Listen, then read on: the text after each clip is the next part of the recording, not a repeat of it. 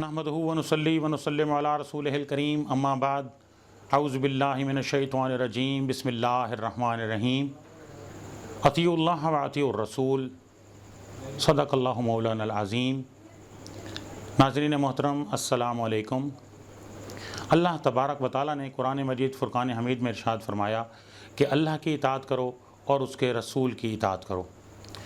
अल्लाह की इताअत तो हम सबको पता है कहाँ से होती है, ज़ाहिर है कुरान में अल्लाह ने जो फरमाया वो अल्लाह की इताअत है।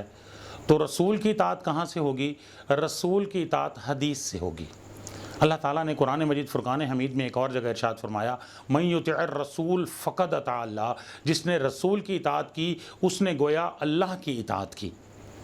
तो अब रसूल की इताअत कहाँ से होगी? तो रसूल की इताअत के लिए हमें हदीस मुबारक की तरफ देखना होगा। नाज़रीन मोहतरम, हदीस हमारे लिए हुज्जत है।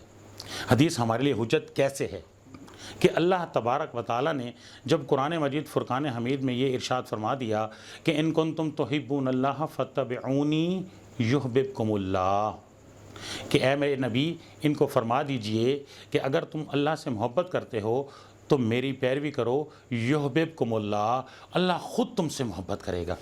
तो जब अल्लाह आपसे ख़ुद मोहब्बत करना चाहते हैं तो उसके लिए हमें क्या करना पड़ेगा कि नबी करीम सल्लल्लाहु अलैहि वसल्लम की पैरवी करनी है। और उस पैरवी करने के लिए हमें क्या करना पड़ेगा? हमें हदीस को देखना पड़ेगा कि ये हदीस क्या है।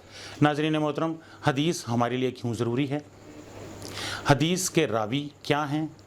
हदीस के उसूल क्या हैं?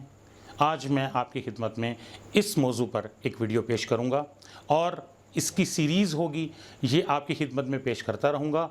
तो उसके लिए मुझे आपके एक छोटा सा ताउन चाहिए, वो ये है कि आप मेरे चैनल को सब्सक्राइब करें और साथ में जो बेल का बटन है वो उसको लाजमी आप दबाएं ताकि मेरी नई आने वाली वीडियो आपकी खिदमत में ऑटोमेटिक पेश हो सके।